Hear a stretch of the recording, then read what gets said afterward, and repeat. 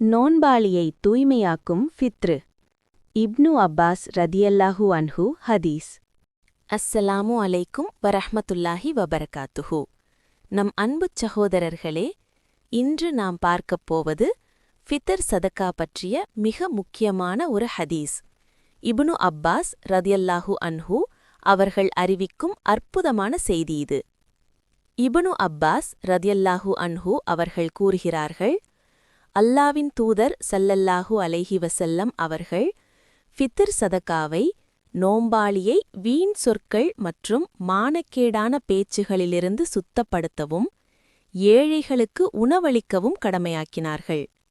பிறகு நபி ஸல்லல்லாஹு அலைஹி வஸல்லம் அவர்கள் மேலும் கூறினார்கள், எவர் அதை ஈத் தொழுகைக்கு முன் செலுத்துகிறாரோ அது ஏற்றுக்கொள்ளப்பட்ட சக்காத்தாகும்.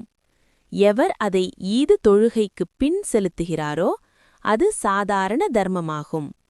நண்பர்களே, இந்த ஹதீஸ் நமக்கு 2 முக்கிய விஷயங்களை உணர்த்துகிறது. ஃபித்ர் சதக்கா நம் நோன்பை தூய்மையாக்குகிறது. சரியான நேரத்தில் கொடுப்பது மிக அவசியம். ஆகவே ஈது தொழுகைக்கு முன்னரே நம் ஃபித்ரை செலுத்திவிடுவோம். ஜஸாக்குமுல்லா கயிர்.